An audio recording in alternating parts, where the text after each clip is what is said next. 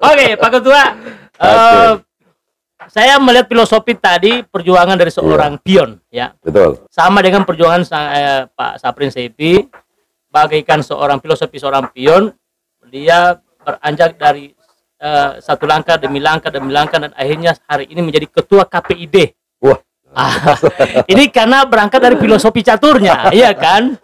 Nah, nah prosesnya bagaimana Pak Ketua? Pak kan mau panggil ketua terus ini karena ketua catur, ketua KPID sekarang dari pendaftaran ini proses sampai hari ini jadi ketua Komisi Penyiaran Indonesia Daerah Gorontalo. Iya, kalau mau berbicara tentang pribadi saya, apa artinya seorang Saprin? Iya. Ini seorang anak bangsa yang ingin berbuat yang terbaik lah, berkontribusi positif buat daerah kita. Alhamdulillah, kalau melihat langkah hidup saya hanya orang dari desa, Abah. Ya, hanya orang dari desa, lahir. Sebenarnya kita harus bicara di awal ini. Yang sering gagal istilahnya. Iya. Tapi biar dulu gagal itu proses ini dulu yang di KPID dulu ini. Oh ya. Dari berapa pendaftar itu? Oh ya. Di KPID, alhamdulillah kemarin kita, kalau tidak salah, saya nggak tahu berapa jumlah yang pasti, kurang lebih 100 lebih ya. Ketika peminat untuk mendaftar KPID oleh tim seleksi, kemudian oleh tim seleksi ditetapkanlah kurang lebih sekitar 48 orang untuk dari seleksi berkas ya. Iya, seleksi berkas kurang lebih 48 orang ya kalau nggak salah. Nah kemudian kita melewati ujian kompetensi, ujian pengetahuan, ujian psikotes, kemudian wawancara, kemudian presentasi. Presentasi visi dan misi apa yang harus kita lakukan di KPID. Dari sana lahirlah 21 orang. Oh, jadi disaring lagi? Disaring lagi. Dari 48 yang lulus berkas, kemudian jadi 21 orang. Nah, harusnya kalau kalau kebiasaan ya, tapi sebenarnya undang-undang memungkinkan itu. Kebiasaan itu biasanya 2 kali lipat, 2 kali lipat dari jumlah yang dibutuhkan, 14 orang. Tapi tim sel kemarin memutuskan 21 orang, jadi 3 kali lipat. 21 orang dan 21 orang disodorkan ke Komisi 1 DPRD Provinsi. Karena dalam undang-undang itu, bahwa dalam Undang-Undang 32 tahun 2002 tentang penyiaran, KPID itu diseleksi oleh DPRD Provinsi. Diuji fit and proper test kita oleh DPRD Provinsi. Komisi 1? Oleh Komisi 1. Oleh Komisi khususnya Komisi 1. Dan lahirlah 7 orang kita sebagai komisioner KPID Provinsi Gorontalo, 7 orang. Dan dari 7 sana kemudian kita melakukan rapat internal, rapat pledo, dan melakukan pemilihan struktur KPID. Struktur KPID, alhamdulillah saya dipercaya sebagai ketua KPID Provinsi Gorontalo. Luar biasa. Itu karena filosofi dari catur tadi kan. Tapi sebenarnya gini Abah, bahwa kenapa saya tertarik bergabung di motivasinya KPID? apa? Betul. Saya pernah ditanya oleh salah satu anggota DPRD Provinsi, Pak Irwan Mamesa, dalam waktu fit and proper test, kenapa Anda tertarik jadi KPID? Saya bilang bahwa saya tertarik karena KPID sebagai lembaga independen, lembaga negara yang independen, yang merupakan representasi perwakilan masyarakat, khususnya bidang penyiaran. Artinya bahwa KPID ini DPRD-nya masyarakat, khususnya di bidang penyiaran, melakukan pengawasan. Nah, di sana saya tertarik merepresentasikan aspirasi masyarakat, mewakili aspirasi dan mengakomodasi kepentingan masyarakat, khususnya ke penyiaran, agar masyarakat ini teredukasi, terwakili ke aspirasinya, kemudian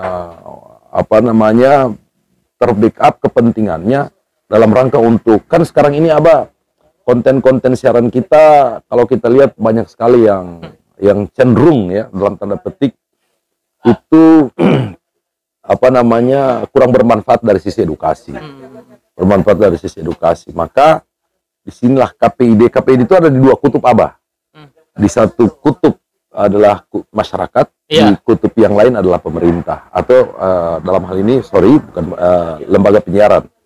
Lembaga penyiaran, kemudian kutub yang lain adalah pemerintah itu sendiri. Nah, kita berada di tengah antara lembaga penyiaran sebagai industri penyiaran yang memiliki kepentingan bisnis, menjadikan penyiaran sebagai industri bisnis, yang bagaimana juga kepentingan publik, kepentingan masyarakat terwakili dan mendapatkan informasi-informasi penyiaran yang bisa mencerdaskan masyarakat, bisa bermanfaat buat masyarakat. Disitulah rule itu kita jaga. Karena media sangat berpengaruh sekali. Media itu dapat mempengaruhi perilaku dan karakter dengan informasi yang disiarkan itu, dan mempengaruhi perilaku dan karakter masyarakat kita sebagai bangsa.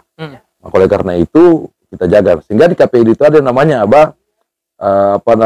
program pedoman perilaku penyiaran dan standar program siaran yang disebut dengan P3SPS.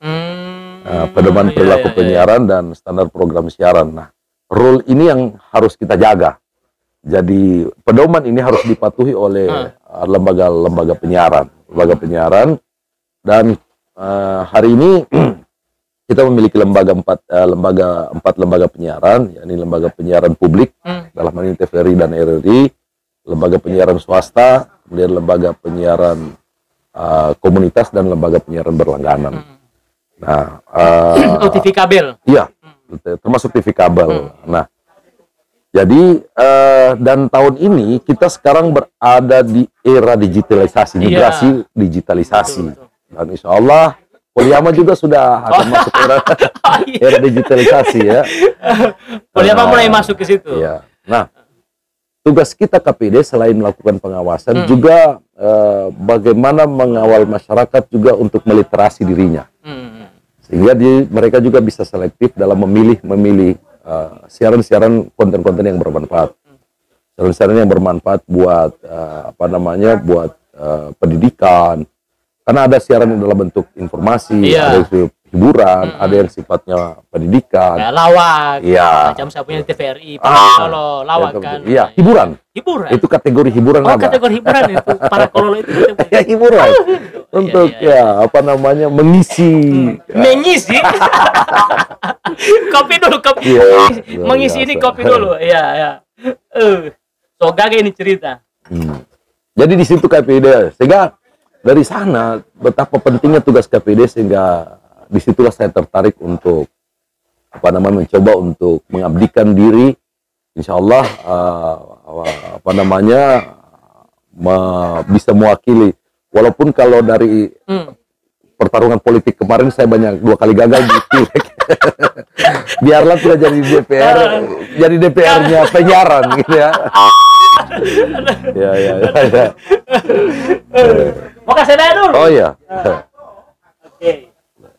Terus. Jadi apa sekarang kan sudah jadi ketua? Iya. Ketua KPID. Minimal kan ada susunan programnya. Apa utama dari seorang Saprin Saifi? Jadi hari ini hari ini alhamdulillah kita sejak diputuskan oleh DPR kurang lebih baru 3 minggu lalu ya. 3 minggu yang lalu. Dan kita belum dilantik. Oh, belum dilantik? Iya, kita belum dilantik. Karena sekarang ini masih sedang mengupayakan SK kita, SK yang akan ditandatangani oleh gubernur sebagai representasi, sebagai perwakilan presiden. Karena kalau KPU pusat itu di SK-kan oleh presiden. Jadi kita setara dengan lembaga negara. Kemudian lembaga negara lainnya maksudnya. Nah, kemudian diupayakan SK sekarang, sementara diupayakan, dan insya Allah pelantikan kita kalau bisa dipercepat, alhamdulillah paling 2 minggu kedua Februari. Minggu kedua Februari insya Allah. Nah, satu periode berapa tahun? 3 tahun apa? Oh, 3 tahun. Iya, 3 tahun. Jadi kita 2022 sampai 2022 sampai 2025. 2022 sampai 2025, dan dari sana kita akan melakukan rapat pleno untuk penyusunan program. Cuma yang pasti bahwa banyak persoalan-persoalan yang harus kita tuntaskan di KPID, dan dari kemarin waktu saya pertama kali tampil di RRI, banyak sekali harapan-harapan yang dititipkan kepada kami sebagai lembaga KPID, dan harapan itu harus kita wujudkan dalam bentuk aksi yang betul-betul memuaskan masyarakat. Salah satu contoh persoalan bahwa Kalau maaf, ya mau ini kan lembaga penyiaran. Kan mumpung dengan ketua KPID kan sekarang. Kan? Salah satu problema yang sampai dengan hari ini belum tuntaskan, betapa banyak lembaga penyiaran kita yang belum memiliki izin. Banyak. Ya, banyak Abah. Kurang lebih data sebenarnya kita belum miliki, tapi problema izin dari lembaga penyiaran ini dan lembaga-lembaga penyiaran yang melakukan siaran, yang melakukan penyelenggaraan penyiaran, itu banyak yang belum memiliki izin. Entah saya tidak tahu kalau masalah kemarin apa, cuma yang pasti itu salah satu persoalan yang kita harus tuntaskan hari ini. Dan sejak 2002 KPID ini dibentuk, ya, persoalan izin penyiaran itu oleh lembaga penyiaran itu tidak tuntas-tuntas sampai hari ini. Sampai hari ini. Baru hari ini saya tahu ternyata banyak media yang tidak memiliki izin. Itu Abah. Ya. Kita coba menukik sampai ke bawah apa persoalannya. Ternyata banyak sekali kepentingan-kepentingan yang bermain di sana. Kemudian juga banyak pejabat-pejabat kita yang memiliki media. Yang memiliki apakah itu radio, apakah itu televisi, dan di sana kepentingan itu bermain Abah. Sehingga ada salah satu anggota DPR juga yang menanyakan kepada saya, beranikah Anda, di situ. Ada? Di sini. Beranikah Anda bertindak tegas terhadap media-media yang nakal, yang itu dimiliki oleh seorang pejabat? Saya bilang kalau itu terbukti, hari ini saya bertindak tegas untuk itu Abah. Jaminan. Iya, dan itu kita harus buktikan dalam sebagai wujud komitmen, dan itu juga salah satu visi saya, cita-cita saya untuk masuk di lembaga ini. Artinya masalahnya sudah Pak Saprin sudah kita ketahui. Istilahnya bahasa Inggrisnya solia dari luar sebenarnya ini. Yang kedua juga kita sekarang itu KPI sedang gencar-gencarnya dengan mengembangkan literasi media. Literasi media, bahwa bagaimana masyarakat itu diedukasi, masyarakat itu dididik, masyarakat itu dicerdaskan dengan program-program siaran, agar mereka bisa meliterasi dirinya untuk bisa memilih konten-konten siaran yang bisa bermanfaat buat pendidikan, ya, bermanfaat buat pendidikan. Lalu mereka mencerdaskan kehidupan anak bangsa kita. Tapi kan ada dilema juga Pak Saprin. Satu sisi konten-konten yang misalnya mengedukasi. Tapi di sisi lain konten-konten yang juga menarik. Memadukan dua ini, Pak. Nah, itu ada konten yang tidak bermanfaat, tapi pemirsanya cukup banyak. Iya, justru menarik. Nah, ada konten-konten yang sangat bermanfaat dan tapi tidak menarik. Maka disinilah kita harus mengedukasi itu.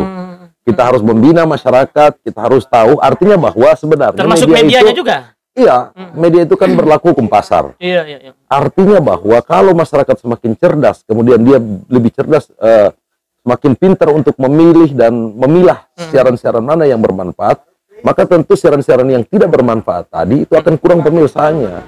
Maka ketika siaran-siaran kurang pemirsanya akan hilang begitu saja. Yang tersisa adalah siaran-siaran yang lebih edukatif, lebih mendidik. Iya, sekarang kan begini Pak Ketua.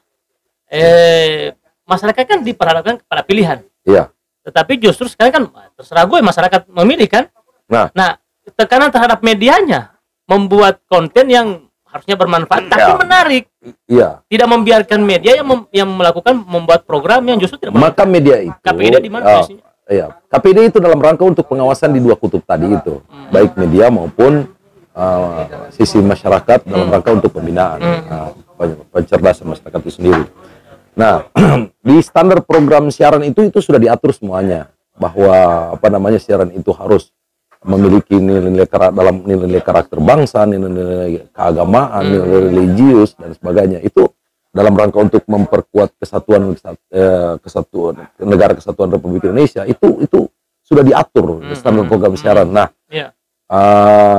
tapi pasar kan ujungnya pasar. Nah, itu tadi, apalagi media hiburan. Nah, kemarin contoh yang isu menghangat di tingkat nasional itu kartun. Betul. SpongeBob itu ya. Ya, kartun, kemudian memang kelihatannya bahwa kalau kita tidak wasi secara benar, banyak sekali media-media yang konten-konten yang mengandung unsur kekerasan. Mengandung unsur kekerasan. Meskipun dia hanya kartun. Iya, pesan-pesan yang disampaikan itu bagaimana cenderung tidak memiliki unsur kekerasan terhadap anak, terhadap perempuan, apalagi kekerasan dalam rumah tangga. Nah, maka kita mencoba untuk membangun kerjasama dengan media dalam rangka untuk mencerdaskan itu juga, menyadarkan agar media bagaimana bisa menyaring. Nah, tapi Abah, sebenarnya kalau kita melihat bahwa kalau khusus media, apalagi bicara tentang lembaga penyiaran publik, apa radio, sebenarnya kan produksi yang dijadikan produksi siaran itu kan ada proses yang panjang. Lahir menjadi sebuah produksi siaran itu kan dari proses yang panjang, kan? Dari menciptakan apa yang mau dibuat, kemudian diedit, masuk di ruang editing dan sebagainya. Mana yang layak mau ditayangkan. Kemudian banyak sensornya kan. Kemudian juga sebelum diproduksi itu ada semacam seleksi apakah itu sesuai dengan standar program siaran itu sendiri.